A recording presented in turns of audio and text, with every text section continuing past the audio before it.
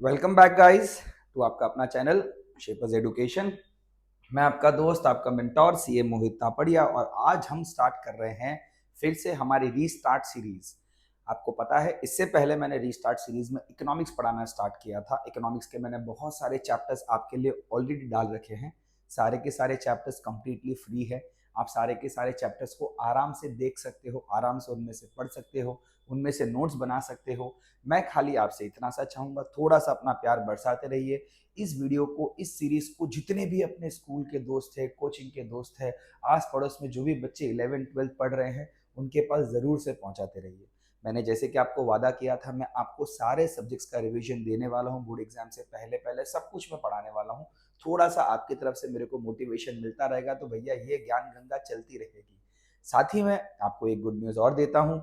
जैसे ही हमारा 11th 12th का कंटेंट पूरा आपके लिए अवेलेबल हो जाएगा, उसके बाद में हम लोग बीकॉम बीबीए के कंटेंट भी डाल रहे हैं।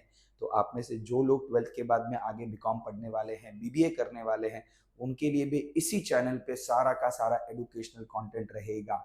आपके साथ और भी बहुत सारी नई नई ताज़ा ताज़ा खबर मैं देता रहूंगा। But for the time being आज हम स्टार्ट करेंगे हमारे नए से चैप्टर के साथ। आज का हमारा टॉपिक ऑफ डिस्कशन है all about financial market. A very important chapter, a very detailed chapter. इस चैप्टर में जितना हम ज्ञान बरसाए उतना ज्ञान कम है। इस चैप्टर में जितना डिस्कशन उतना डिस्कशन कम है। हम चाहे जितने दिन तक ये चैप्टर को खींच सकते हैं, बट जैसे कि मैंने कहा ये रिविजन सीरीज है, इसलिए मैं थोड़ा सा चैप्टर का एलॉबरेशन कम रखूंगा। बट तो भी आपके एग्जाम के व्यू पॉइंट से वो बहुत डिटेल्ड रहेगा।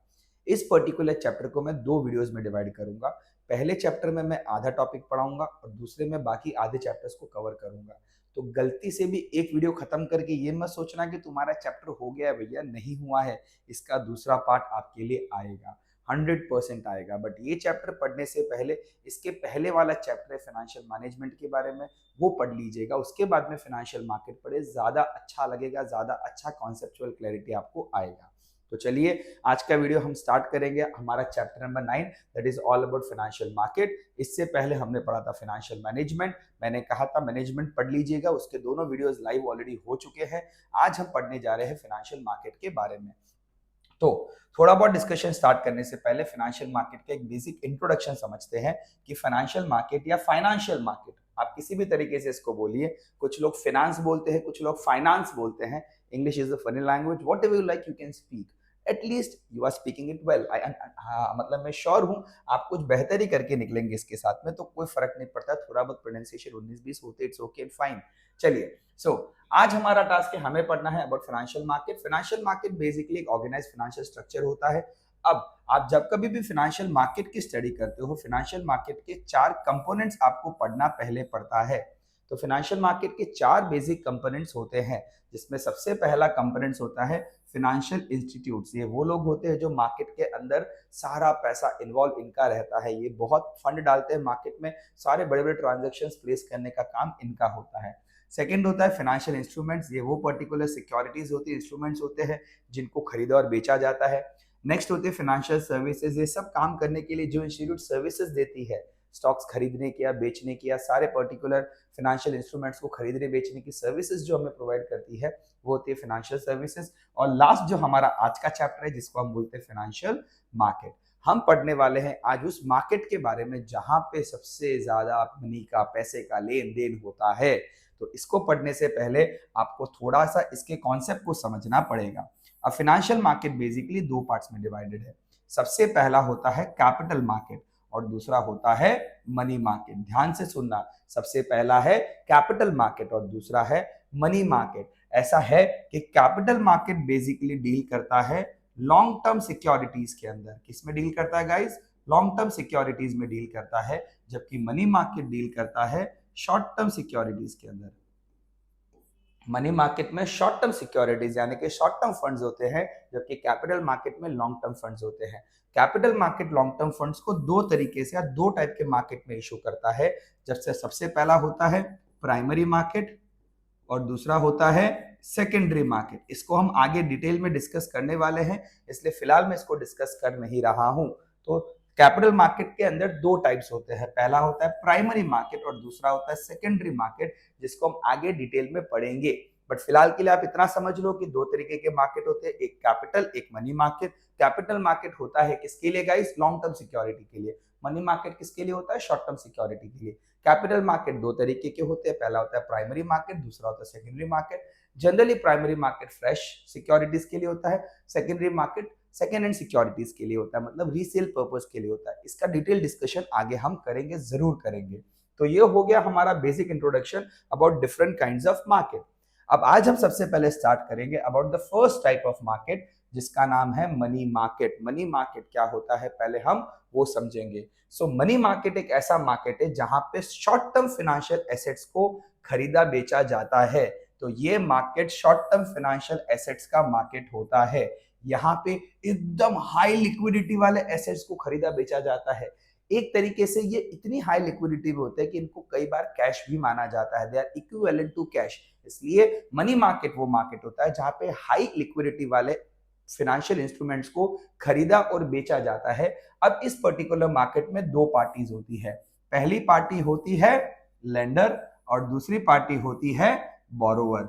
एक होता है जिसको पैसा देना है और एक होता है जिसको पैसा लेना है।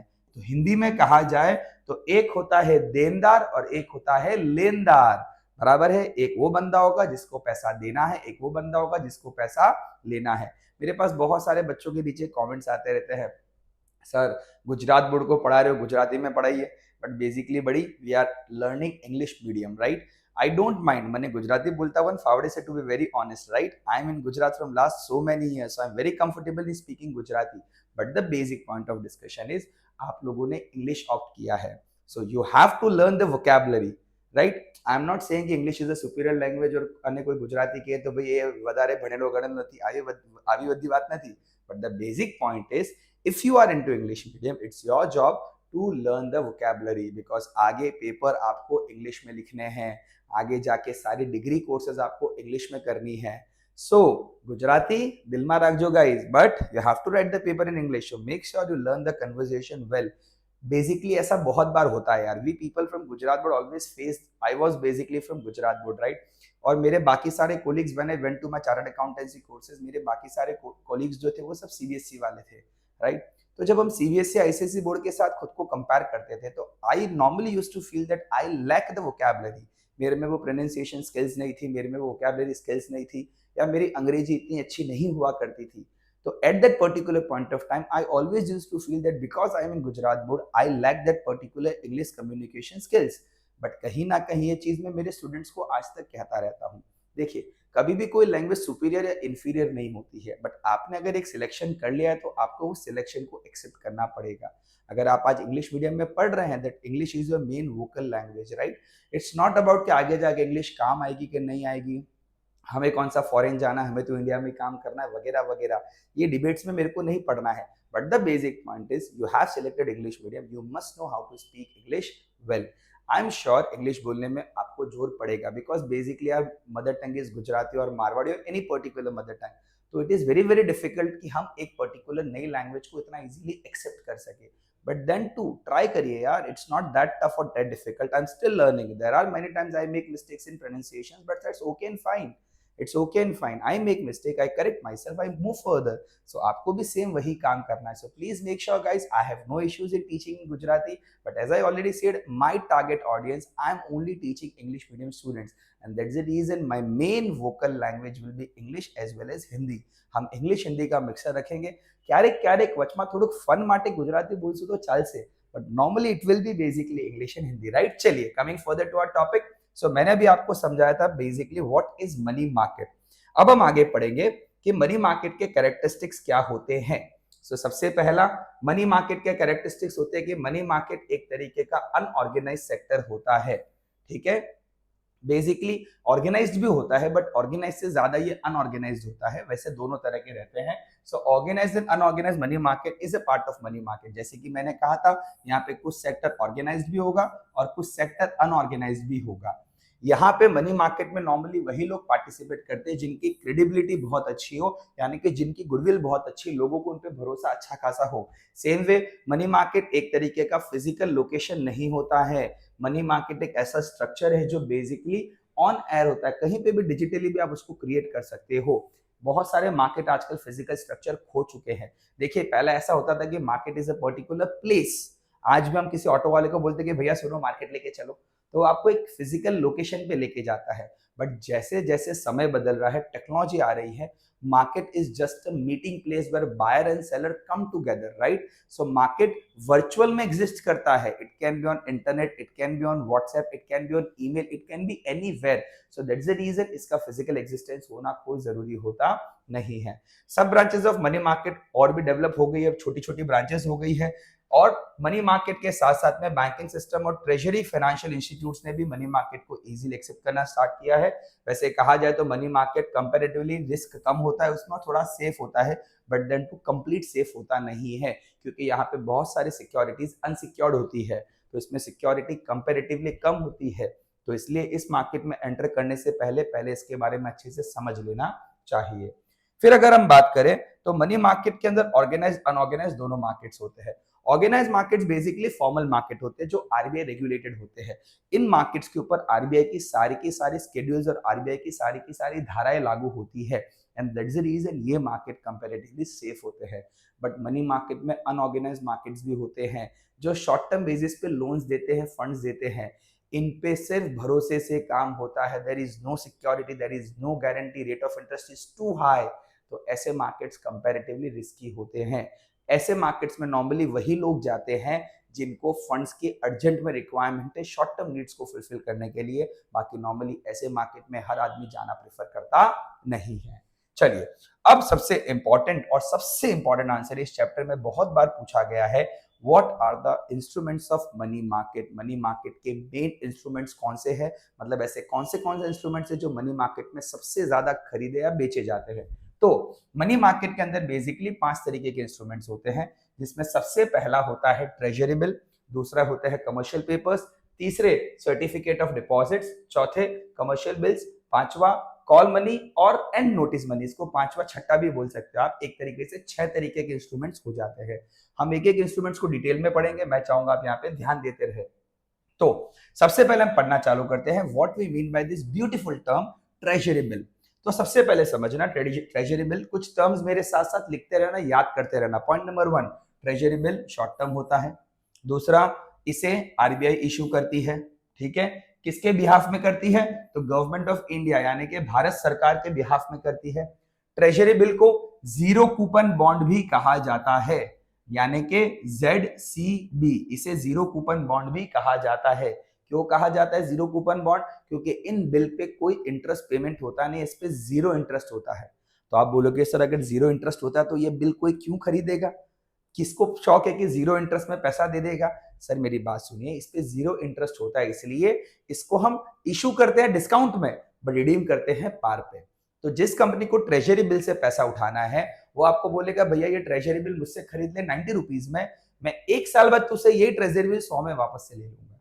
तो उस पर इंटरेस्ट नहीं होता, बट जो डिस्काउंट होता है वो उस पर आपकी इनकम होती है, इसलिए उसे जीरो कूपन बॉन्ड भी कहा जाता है। तो पॉइंट्स याद करिए, पहला पॉइंट ये शॉर्ट टर्म होता है, दूसरा पॉइंट इसे आरबीआई इशू करती है, किसके बिहाफ पे करती है, भारत सरकार के बिहाफ पे करती है, इस पे कोई इंटरेस्ट नहीं होता है इसलिए इसको जीरो कूपन बॉन्ड भी कहा जाता है, और इसकी मैच्योरिटी बेसिकली या तो 91 डेज या 182 डेज या 364 डेज की होती है। तो एक तरीके से मैंने आपके लिए 5 पॉइंट में ट्रेजरी बिल पूरा का पूरा एक्सप्लेन किया। गाइस ऐसे याद करने की टेक्निक बनाओ खुद की, अब आपको याद हो जाना चाहिए मैंने क्या क्या सीखा है। 5 पॉइंट सीखा है। क्या, ट्रेजरी बिल शॉर्ट टर्म होता है, कौन इशू करता है, आरबीआई इशू करती है, किसके बिहाफ पे करती है, गवर्नमेंट ऑफ इंडिया के बिहाफ में करती है, बराबर। ये मेरे 3 पॉइंट हो गए। चौथा पॉइंट क्या था, ट्रेजरी बिल को और क्या बोलते हैं हम लोग, जीरो कूपन बॉन्ड्स भी बोलते हैं। क्यों बोलते हैं, क्योंकि इसमें इंटरेस्ट मिलता नहीं है। एंड आखिरी पांचवा, उसकी वैलिडिटी 91 डेज या 182 डेज या 364 डेज की उसकी वैलिडिटी होती है। This is the way you can memorise these things. You have to develop certain amount of techniques guys.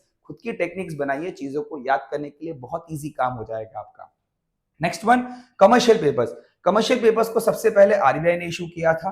कब किया था, 1990, जनवरी 1990 में इशू किया था।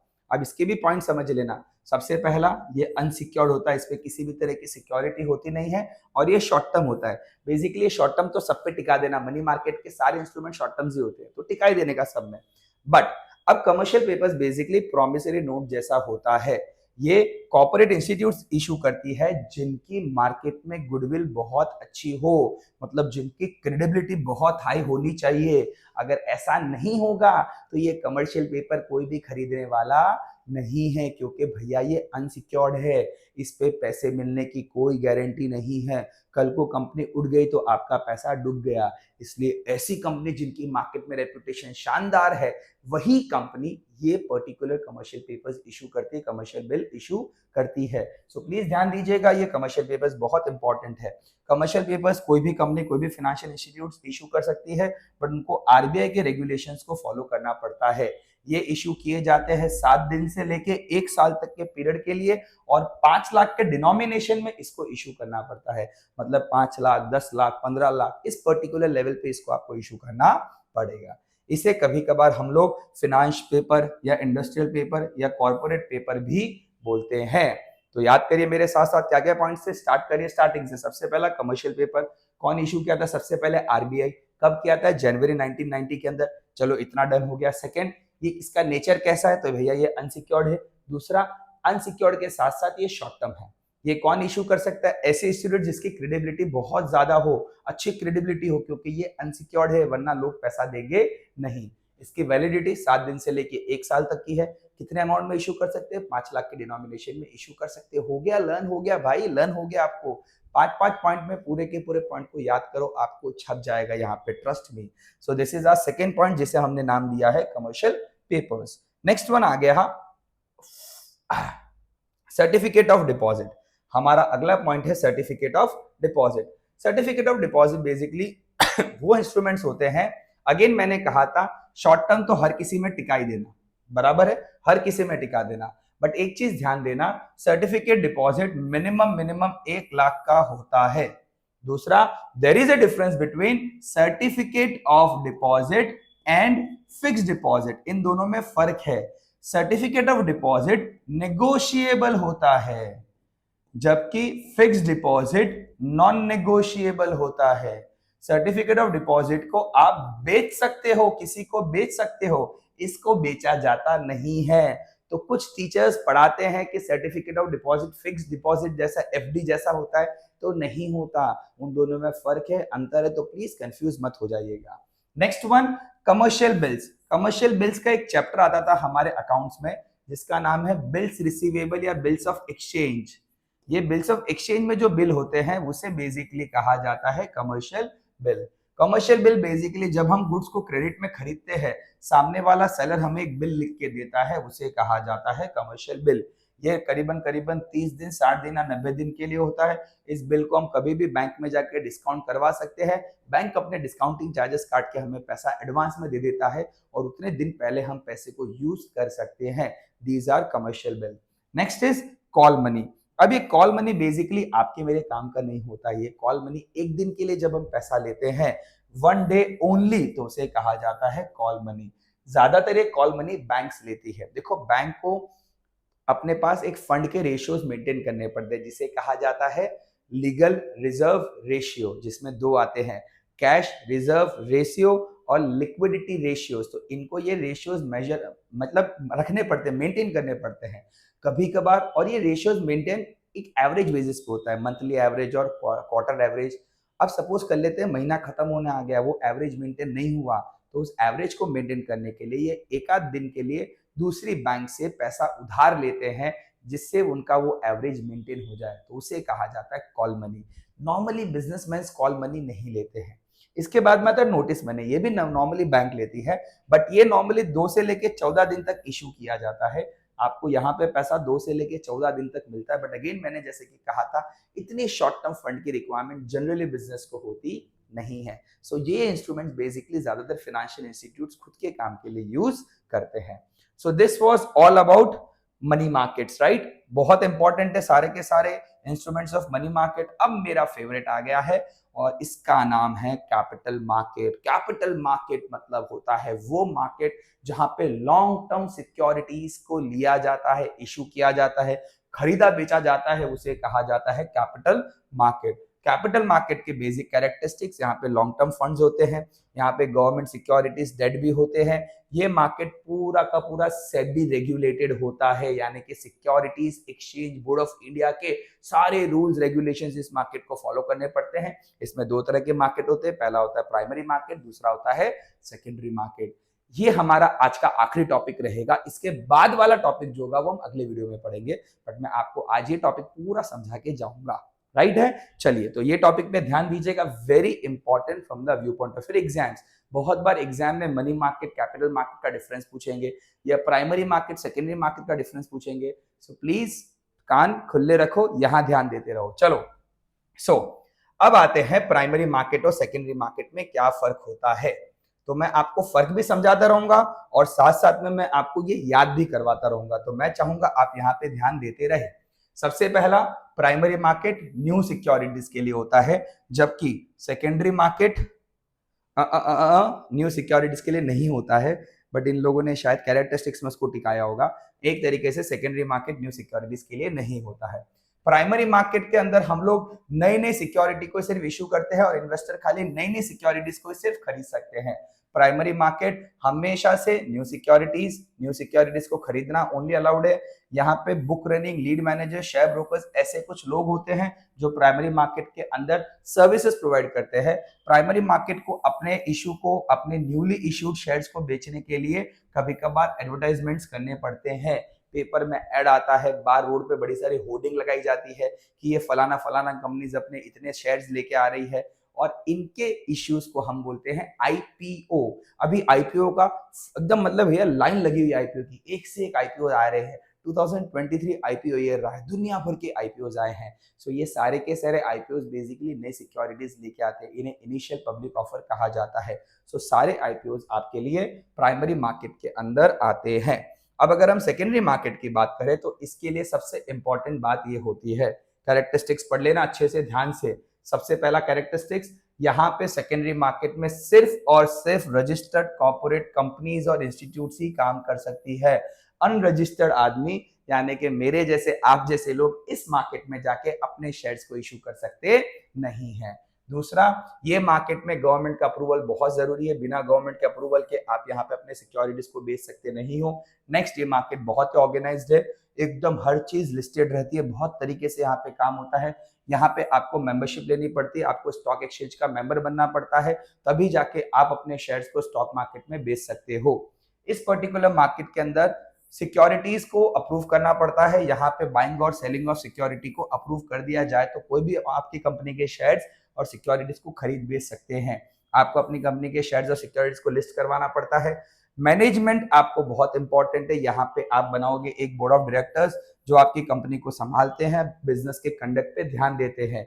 इनके ऊपर स्ट्रिक्ट कंट्रोल रहता है मेंबर्स का, ये बहुत तरीके से, बहुत कंट्रोल से, बहुत डिसिप्लिन से इस मार्केट को रन करते हैं। ये बहुत ही अच्छा ऑर्गेनाइजेशन स्ट्रक्चर है और इनको सारे के सारे सिक्योरिटीज कॉन्ट्रैक्ट एक्ट, सेबी के रूल सारे फॉलो करने पड़ते हैं। इन पे बहुत सारे कानून लागू होते हैं। बट यहाँ पे सबसे ज्यादा मजा है पैसे का। आप चाहो जितना पैसा मार्केट से उठा सकते हो, कंडीशन ये है कि आपकी कंपनी की गुडविल शानदार हो। आपको पता होगा अभी कुछ दिनों पहले टाटा टेक का आईपीओ आया था। यार जितना पैसा टाटा मांगता है लोग उससे 10 गुना, 20 गुना, 30 गुना पैसा उनको पकड़ा देते हैं। मतलब इस मार्केट में कैपिटल की कोई भी लिमिट नहीं है। आप चाहो जितना पैसा, आप चाहो जितना फंड इस मार्केट से उठा सकते हो। तो ये मार्केट इसलिए अच्छा है, बट रेस्ट्रिक्शन रहेंगे। जहां बड़ा पैसा होता है, जहां बड़ा मनी इन्वॉल्व है, वहां रेस्ट्रिक्शंस तो रखना जरूरी है, वरना आपने बहुत सारे स्कैम्स देखे हैं। स्कैम 1992 ने स्कैम हर्षद मेहता चल रहा है, फिर एक दूसरा स्कैम अभी और आ रखा है। देयर आर मेनी स्कैम्स जो ऑलरेडी फ्लोट हो चुके हैं, क्योंकि कहीं ना कहीं कैपिटल मार्केट के रेस्ट्रिक्शंस कभी भी थोड़े से लूज हो जाते हैं, या उन रेस्ट्रिक्शन में कोई एक आधा लूप होल दिख जाए तो एक आदमी अपना पूरा दिमाग उसमें झोंक के उसका लंबा सारा फायदा उठा लेता है। इसलिए कैपिटल मार्केट के रेस्ट्रिक्शंस बहुत इंपॉर्टेंट है। चलिए, ये हो गया about capital market. Capital market के कुछ फंक्शंस देख लेते हैं, again very important from the view point of exams. पहला फंक्शन, कैपिटल मार्केट आपको लिक्विडिटी प्रोवाइड करता है। आप जब चाहो शेयर खरीद सकते हो, आप जब चाहो शेयर बेच सकते हो, बहुत लिक्विडिटी होती है। आपके शेयर्स के वैल्यूएशंस आपको जेन्युइनली मार्केट से पता चलते हैं। जब मार्केट में आपके शेयर्स की डिमांड ज्यादा होगी मतलब आपके वैल्यूएशन चांद पे पहुंच गए भैया, और अगर डिमांड नहीं है मतलब आपको कुछ करना चाहिए। नेक्स्ट वन, आप अपने सेविंग्स को इजीली कैपिटल में कन्वर्ट कर सकते हो। आप छोटी सी अमाउंट से लेके भी स्टॉक मार्केट में इन्वेस्टमेंट स्टार्ट कर सकते हो। आपको रिलायंस का मालिक बनना है, क्या करना है भैया, 2,500-3,000 रुपए का एक शेयर रिलायंस का जाके खरीद लो, खरीद लो। आप रिलायंस के मालिक के अंदर मतलब आप भी उन मालिकों में एक गिने जाते हो। Every equity share holder is basically owner of the company, right. तो आप भी अपने छोटी छोटी सेविंग्स को कैपिटल में कन्वर्ट कर सकते हो using capital market. Next is, यहाँ पे बहुत सारे इंटरमीडिएट्स होते हैं जो आपके शेयर्स को खरीदने बेचने में आपको मदद करते हैं। आपके सारे ट्रांजेक्शन बहुत सेफ होते हैं, बहुत सिक्योर होते हैं। ये आपके सारे ट्रांजेक्शन की सेफ्टी पे ध्यान रखते हैं। कैपिटल मार्केट का ग्रोथ हमारी इकोनॉमी में शानदार लेवल पे चल रहा है। आपको पता होगा प्राउड मूवमेंट हमारे जैसे इंडियंस के लिए, हमारी इकोनॉमी $4 ट्रिलियन की हो गई है। And all thanks to the amount of money, the amount of fund these markets are having. इतना पैसा ये लेके आते हैं कि इकोनॉमी धमाधम ग्रो हो रहा है, बढ़ रहा है।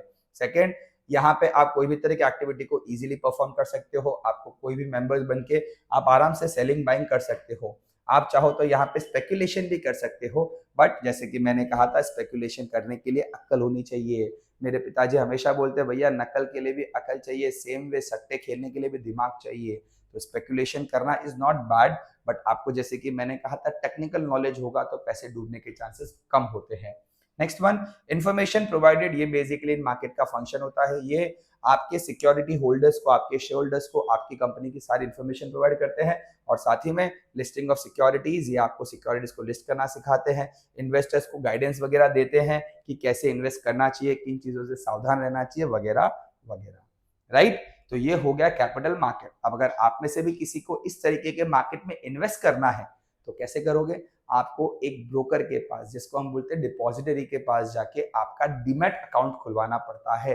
डीमैट का मतलब होता है डीमेटलाइज्ड अकाउंट। बट जैसे कि मैंने कहा था ये वाला टॉपिक हम डिस्कस करेंगे अपने अगले वीडियो में। आज के लिए बहुत पढ़ लिया है। आप आराम से नोट्स में से पढ़ना चाहते हो नोट्स में से, आप टेक्स्ट बुक में से पढ़ना चाहते हो टेक्स्ट बुक में से।